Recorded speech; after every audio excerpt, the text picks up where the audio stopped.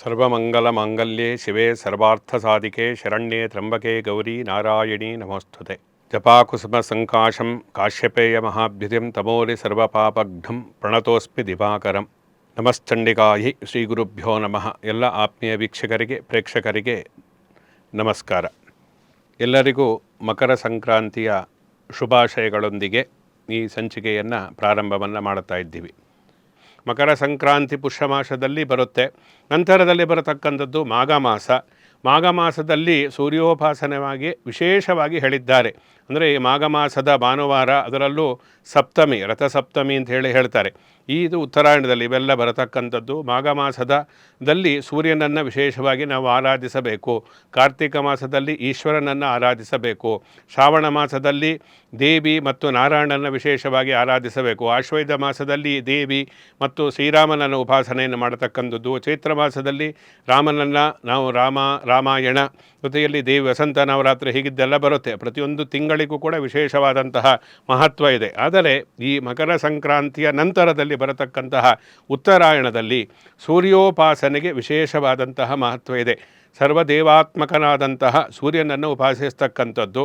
ನೇರವಾಗಿ ನಮಗೆ ಕಣ್ಣಿಗೆ ಗೋಚರ ಇರತಕ್ಕಂತಹ ದೇವರು ಅಂದರೆ ಅದು ಸೂರ್ಯ.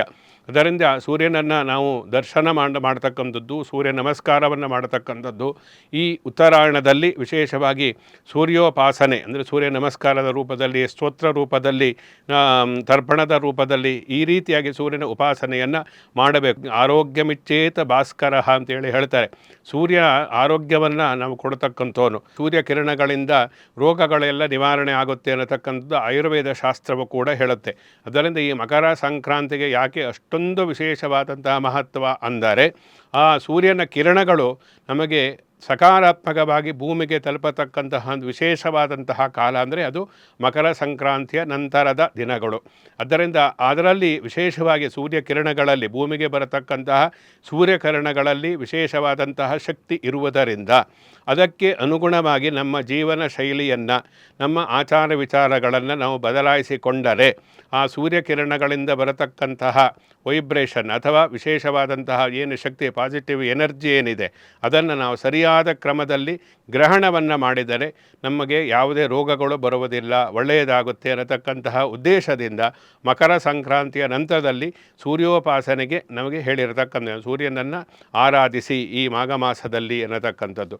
ಅದರಿಂದ ಸೂರ್ಯನ ಗತಿಗೆ ಅನುಸಾರವಾಗಿ ಈ ಮಕರ ಸಂಕ್ರಮಣ ಇರುವುದರಿಂದ ಸೂರ್ಯೋಪಾಸನೆಯನ್ನು ನಾವು ಮಾಡಬೇಕು ಅನ್ನತಕ್ಕ ಪ್ರಮುಖವಾಗಿ ತಿಳಿದುಕೊಳ್ಳತಕ್ಕಂತಹ ವಿಷಯ.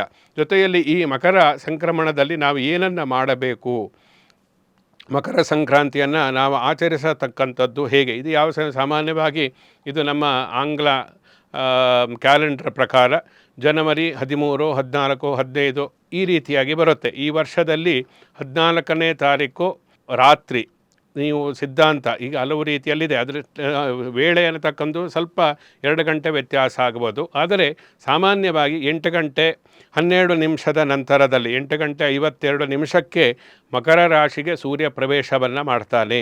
ಆ ನಂತರದಲ್ಲಿ ಆ ಸಮಯದಲ್ಲಿ ರಾತ್ರಿ ಆಗಿರೋದ್ರಿಂದ ಮಕರ ಸಂಕ್ರಾಂತಿಯ ಆಚರಣೆ ಮಾಡುವುದಕ್ಕೆ ಶಾಸ್ತ್ರದಲ್ಲಿ ಅನುಮತಿ ಇಲ್ಲದೇ ಇರುವುದರಿಂದ 15ನೇ ತಾರೀಕು 12 ಗಂಟೆ 52 ನಿಮಿಷದವರೆಗೂ ಕೂಡ ಆ ಸಂಕ್ರಾಂತಿಯ ವ್ಯಾಪ್ತಿ ಇರುವುದರಿಂದ ಸಂಕ್ರಾಂತಿ ಹಬ್ಬ ಅಂತ ಆಚರಣೆಯನ್ನು ಮಾಡಬೇಕಾದರೆ ಜನವರಿ 15ನೇ ತಾರೀಕೆ ನಾವು ಅದನ್ನು ಆಚರಣೆಯನ್ನು ಮಾಡಬೇಕಾಗುತ್ತೆ. ಇದು ವಾಕ್ಯ ಮತ್ತು ಸಿದ್ಧಾಂತ ಅನ್ನತಕ್ಕಂಥದ್ದು 2 ರೀತಿಯಲ್ಲಿರುತ್ತೆ. ನೀವು ವಾಕ್ಯ ರೀತಿಯಲ್ಲಿ ನೀವು ಅದರ ಒಂದು ಆಚರಣೆಯನ್ನು ಮಾಡಿದರೆ ಹಿಂದಿನ ದಿವಸ ಕೂಡ ಮಾಡತಕ್ಕಂಥದ್ದು ಕೆಲವೊಂದು ಕಡೆ ಇದೆ. ಆದರೆ ನಮ್ಮ ಕರ್ನಾಟಕ ಸಂಪ್ರದಾಯವನ್ನು ನಾವು ತೆಗೆದುಕೊಂಡ್ರೆ 15ನೇ ತಾರೀಕು ಈ ವರ್ಷ ನಮಗೆ ಮಕರ ಸಂಕ್ರಾಂತಿ ಹಬ್ಬದ ಆಚರಣೆ ಇರತಕ್ಕಂಥದ್ದು. ಯಾಕೆಂದರೆ ಶಾಸ್ತ್ರದಲ್ಲಿಯೂ ಕೂಡ ದಕ್ಷಿಣಾಯದಲ್ಲಿ ಹಿಂದಿನ 30 ಗಳಿಗೆ ಅಂದರೆ ದಕ್ಷಿಣ ಕರ್ನಾಟಕ ಸಂಕ್ರಾಂತಿ ಆಚರಣೆ ಮಾಡಬೇಕಾದರೆ ಹಿಂದಿನ ಸಮಯವನ್ನು ನೀವು ತೆಗೆದುಕೊಳ್ಳಬೇಕು. ಅಂದರೆ ಉತ್ತರಾಯಣದಲ್ಲಿ ಮುಂದಿನ 40 ಗಳಿಗೆ ಅಂಥೇಳಿ ಶಾಸ್ತ್ರದಲ್ಲಿ ಹೇಳಿದ್ದಾರೆ. ಉತ್ತರಾಯಣದಲ್ಲಿ ನೀವು ಮುಂದೆ ಕೂಡ 40 ಗಳಿಗೆ ಅದು ಇರುವುದರಿಂದ ಹಿಂದಿನ ದಿವಸ ಮಕರ ಸಂಕ್ರಾಂತಿ ಸಂಭವಿಸಿದ್ದರೂ ಕೂಡ 15ನೇ ತಾರೀಕು 12 ಗಂಟೆ 52 ನಿಮಿಷದವರೆಗೂ ಕೂಡ ಸಂಕ್ರಾಂತಿಯ ವ್ಯಾಪ್ತಿ ಇರುವುದರಿಂದ ಶಾಸ್ತ್ರದ ಮುಖೇನ ಅಂದರೆ ಅಯನೇ ವಿಂಶತಿ ಪೂರ್ವಂ ಅಯನೇ ವಿಂಶತಿ ಪರಂ ಅಂತೇಳಿ ಹೇಳಿದ್ದಾರೆ. ಅದಕ್ಕೆ ಅನುಗುಣವಾಗಿ ಅದರ ಪ್ರಮಾಣಕ್ಕೆ ಅನುಸಾರವಾಗಿ 15ನೇ ತಾರೀಕು ಮಕರ ಸಂಕ್ರಾಂತಿ ಹಬ್ಬ ಅನ್ನತಕ್ಕಂಥದ್ದು ನಮ್ಮ ಕರ್ನಾಟಕ ಸಂಪ್ರದಾಯ ಅಂಥೇಳಿ ನಾವು ಹೇಳ್ಬೋದು. ಅದರಿಂದ ಇದನ್ನು ಆಚರಣೆಯನ್ನು ಮಾಡಬೇಕು. ಈ ಮಕರ ಸಂಕ್ರಾಂತಿ ಆಚರಣೆಯನ್ನು ಯಾವ ರೀತಿಯಾಗಿ ನಾವು ಮಾಡಬೇಕು, ನೀವು ಯಾವುದೇ ಪೂಜೆ ಪುನಸ್ಕಾರ ಏನು ಮಾಡಬೇಕಾದರೂ ಮೊದಲು ಸ್ನಾನ ಮಾಡಬೇಕು. ಸ್ನಾನಕ್ಕೆ ನಮ್ಮಲ್ಲಿ ವಿಶೇಷವಾದಂತಹ ಮಹತ್ವ ಇದೆ. ಅದು ಯಾವುದೇ ಗ್ರಹಣ ಕಾಲ ಆಗಲಿ, ತೀರ್ಥಯಾತ್ರೆಯನ್ನು ಮಾಡಲಿ, ಇನ್ನು ಯಾವುದೇ ಪಿತೃಕಾರ್ಯವನ್ನು ಮಾಡಲಿ, ಯಜ್ಞಯಾಗಾದಿಗಳನ್ನು ಮಾಡಲಿ, ಅದಕ್ಕೆ ಸ್ನಾನವೇ ಪ್ರಧಾನ. ನಾವು ಸ್ನಾನಕ್ಕೆ ಬಾತ್ ಅಂತ ಹೇಳಲ್ಲ, ಅದಕ್ಕೆ ತೀರ್ಥ ಸ್ನಾನ ಅಂಥೇಳಿ ನಾವು ಹೇಳ್ತೀವಿ. ಆ ಸ್ನಾನಕ್ಕೆ ಅದರಲ್ಲೂ ಈ ಮಕರ ಸಂಕ್ರಮಣದಲ್ಲಿ ನಾವು ಪ್ರಥಮವಾಗಿ ಮಾಡಬೇಕಾಗಿರತಕ್ಕಂಥದ್ದು ಸ್ನಾನ. ಈ ಸ್ನಾನವನ್ನು ಯಾವ ರೀತಿಯಾಗಿ ಮಾಡಬೇಕು? ತಣ್ಣೀರಲ್ಲಿ ಮಾಡಬೇಕಾ, ತೀರ್ಥಕ್ಷೇತ್ರದಲ್ಲಿ ಮಾಡಬೇಕಾ, ಸಮುದ್ರದಲ್ಲಿ ಮಾಡಬೇಕಾ, ನದಿಯಲ್ಲಿ ಮುಳುಗಬೇಕಾ, ಸರೋವರದಲ್ಲಿ ಮುಳುಗಬೇಕಾ, ಅಥವಾ ಮನೆಯಲ್ಲೇ ಮಾಡಬೇಕಾ ಅನ್ನತಕ್ಕಂಥದ್ದು ಹೇಗಾದರೂ ಆಗಲಿ ನಿಮಗೆ ಅನುಕೂಲ ಇರತಕ್ಕ ರೀತಿಯಲ್ಲಿ ಸ್ನಾನವನ್ನು ಮಾಡಬೇಕು. ಮಾಡದೇ ಇದ್ದರೆ ಏನಾಗುತ್ತೆ? ರವಿ ಸಂಕ್ರಮಣೆ ಪುಣ್ಯೆ ನಸ್ನಾಯಾಸ್ತು ಮಾನವಃ ಸಪ್ತಜನ್ಮಾದ್ಯಶೋ ರೋಗಿ ನಿರ್ಧನ ಚೋಪಧಾಯತೆ ಅಂಥೇಳಿ ಹೇಳಿದ್ದಾರೆ. ರವಿ ಸಂಕ್ರಮಣದಲ್ಲಿ, ಅಂದರೆ ರವಿಯ ಸಂಕ್ರಮಣ ಏನು ಮಕರ ಸಂಕ್ರಮಣ ಇದೆ, ಈ ದಿವಸ ಸ್ನಾನವನ್ನು ಮಾಡದೇ ಇದ್ದರೆ ನಸ್ನಾಯಾಸ್ತು ಮಾನವಃ ಸಪ್ತಜನ್ಮ ರಪೋ ರೋಗಿ, ಮುಂದಿನ 7 ಜನ್ಮಗಳಲ್ಲಿ ರೋಗಿಯಾಗಿ ಇರ್ತಾನೆ. ಆ ಸಮಯದಲ್ಲಿ ನಾವು ಹೇಗೆ ಇರಬೇಕು ಹಾಗಿಲ್ಲದೇ ಇದ್ದರೆ ಅದರಿಂದ ನಮಗೆ ರೋಗಾಣುಗಳಿಂದ ಹಲವು ರೋಗಗಳಿಗೆ ಕಾರಣ ಆಗುತ್ತೆ. ಮುಂದಿನ 7 ಜನ್ಮ ಅಂತ ಬೇಡ ನಾವು ತೆಗೆದುಕೊಳ್ಳತಕ್ಕಂಥದ್ದು, ಮುಂದಿನ ದಿನಗಳಲ್ಲಿ ರೋಗ ಬರತಕ್ಕಂತಹ ರೋಗ ನಿರೋಧಕ ಶಕ್ತಿ ಅನ್ನತಕ್ಕಂಥದ್ದು ಅವನಿಗೆ ಇರುವುದಿಲ್ಲ ಅನ್ನತಕ್ಕಂಥದ್ದು. ನಿರ್ಧನಶ್ಚೋಪಜಾಯತೆ ಅಂದರೆ ಬಡವನಾಗಿರ್ತಾನೆ, ಜೀವನದಲ್ಲಿ ಯಾವುದೇ ಸುಖವನ್ನು ಅವನು ಅನುಭವಿಸುವುದಿಲ್ಲ. ಅಂದರೆ ಮಕರ ಸಂಕ್ರಮಣ ದಿವಸ ಯಾರು ಸಂಕ್ರಾಂತಿ ಹಬ್ಬದ ದಿವಸ ಸ್ನಾನವನ್ನು ಮಾಡುವುದಿಲ್ಲವೋ ಅವರು ನಿರ್ಧನರಾಗಿ, ಅಂದರೆ ಬಡವರಾಗಿ, ಜೀವನದಲ್ಲಿ ಯಾವುದೇ ಅಭಿವೃದ್ಧಿಯನ್ನು ಗಳಿಸದೆ ರೋಗಿಗಳಾಗಿ ಇರತಕ್ಕಂತಹ ಒಂದು ಸ್ಥಿತಿ ಬರುತ್ತೆ ಅನ್ನತಕ್ಕಂಥದ್ದು ಇಲ್ಲಿ ಆ ಸ್ನಾನದ ಮಹತ್ವವನ್ನು ಆ ಮುಖೇನ ತಿಳಿಸಿದ್ದಾರೆ.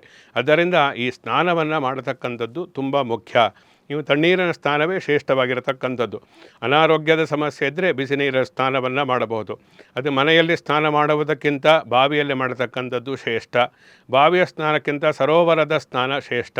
ಸರೋವರದ ಕೆರೆ ಅಂತಹದ್ದಲ್ಲಿ ಕೆರೆ ಸ್ನಾನಕ್ಕಿಂತ ನದಿಯಲ್ಲಿ ಸ್ನಾನವನ್ನು ಮಾಡತಕ್ಕಂಥದ್ದು ತುಂಬ ಶ್ರೇಷ್ಠವಾಗಿರತಕ್ಕಂಥದ್ದು. ಆ ನದಿ ಸ್ನಾನದಲ್ಲಿಯೂ ಕೂಡ ಸಂಗಮ ಸ್ಥಳ, 2-3 ತ್ರಿವೇಣಿ ಸಂಗಮ, ಈ ರೀತಿಯಾದಂತಹ ಸಂಗಮ ಸ್ಥಳದಲ್ಲಿ ನೀವು ಮಾಡತಕ್ಕಂತಹ ಸ್ನಾನ ಏನಿದೆ ಮಕರ ಸಂಕ್ರಮಣದಲ್ಲಿ ವಿಶೇಷವಾದಂತಹ ಫಲವನ್ನು ಕೊಡುತ್ತೆ. ಆ ಸ್ನಾನಕ್ಕಿಂತ ಸಮುದ್ರ ಸ್ನಾನ ಅನ್ನತಕ್ಕಂಥದ್ದು ಉತ್ಕೃಷ್ಟವಾಗಿರತಕ್ಕಂತಹ ತೀರ್ಥ ಸ್ನಾನ ಅಂಥೇಳಿ ಹೇಳಿದ್ದಾರೆ. ಯಾರಿಗೆ ಯಾವುದು ಅನುಕೂಲ ಇದೆಯೋ, ಸಮುದ್ರ ತೀರದಲ್ಲಿರ್ತಕ್ಕಂಥ ಸಮುದ್ರ ಸ್ನಾನವನ್ನು ಮಾಡ್ತಾರೆ, ನದಿ ತೀರದಲ್ಲಿರ್ತಕ್ಕಂಥ ನದಿ ಸ್ನಾನ ಮಾಡುವುದಕ್ಕೆ ಅವರಿಗೆ ಅನುಕೂಲ ಇರುತ್ತೆ.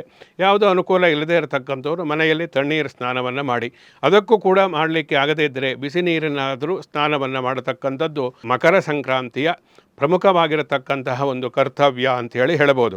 ಸ್ನಾನ ನಂತರದಲ್ಲಿ ನೀವು ಮಾಡತಕ್ಕಂಥದ್ದು ದಾನಕ್ಕೆ ವಿಶೇಷವಾದಂತಹ ಮಹತ್ವ ಇದೆ. ಅದರಿಂದಲೇ ಆ ಸ್ನಾನವನ್ನು ಮಾಡಬೇಕಾದ್ರೂ ಪ್ರಮುಖವಾದ ವಿಷಯ. ನೀವು ಎಳ್ಳು, ಇಲ್ಲಿ ಸಂಕ್ರಮಣದಲ್ಲಿ ಎಳ್ಳು ತುಂಬ ಮುಖ್ಯವಾಗಿರತಕ್ಕಂಥದ್ದು. ತಿಲಾಪಾಪಹರಂ, ಎಳ್ಳಿಗೆ ಯಾಕೆ ಅಷ್ಟೊಂದು ಮಹತ್ವ ಅಂದರೆ ಆ ಎಳ್ಳು ಎಂದು ಶನಿಯ ದ್ರವ್ಯ. ಶನಿಯನ್ನು ನಾವು ಪೂಜೆಯನ್ನು ಮಾಡಬೇಕಾದರೆ ಕರಿ ಎಳ್ಳಿನಲ್ಲೇ ಪೂಜೆಯನ್ನು ಆವಾಹನೆಯನ್ನು ಮಾಡಿ ಪೂಜೆಯನ್ನು ಮಾಡ್ತೀವಿ. ಮೃತ್ಯುಂಜಯ ಹವನವನ್ನು ಮಾಡುವುದಕ್ಕೆ ಕೂಡ ಕರಿ ಎಳ್ಳನ್ನು ವಿಶೇಷವಾಗಿ ದ್ರವ್ಯವಾಗಿ ಉಪಯೋಗಿಸ್ತೀವಿ.